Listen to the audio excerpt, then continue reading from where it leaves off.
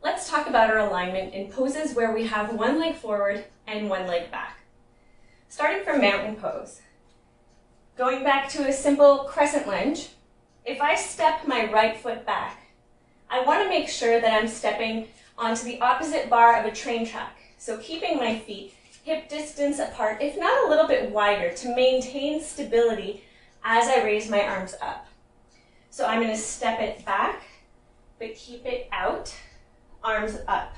So I felt really stable there, like I had a lot of control.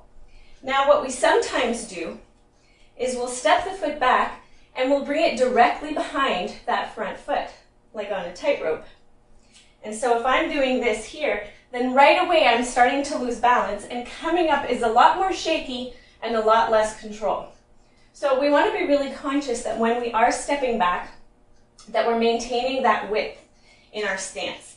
So step back and out, lots of control, stable, wide base.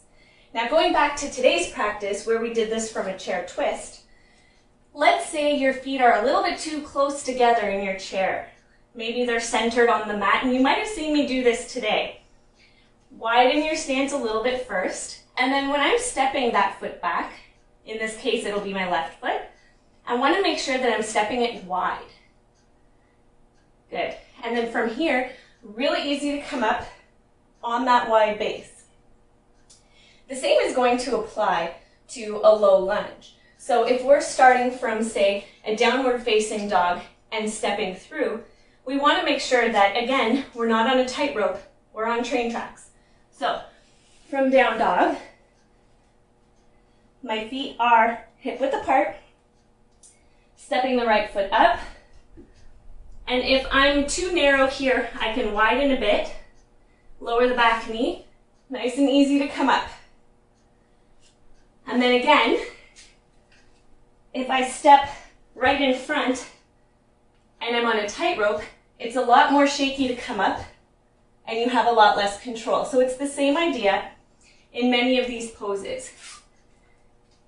We've talked about stepping through before, and one way that you can make sure you're wide enough here is to step to the outside, then bring that hand out, lower, and lift. So next time you're feeling a little bit unsteady in these lunge positions or any pose where you have one leg forward, one leg back, take a look at your stance and make sure that your feet are wide enough apart on the mat, not just front to back, but side to side as well, so that you have a nice wide and stable base.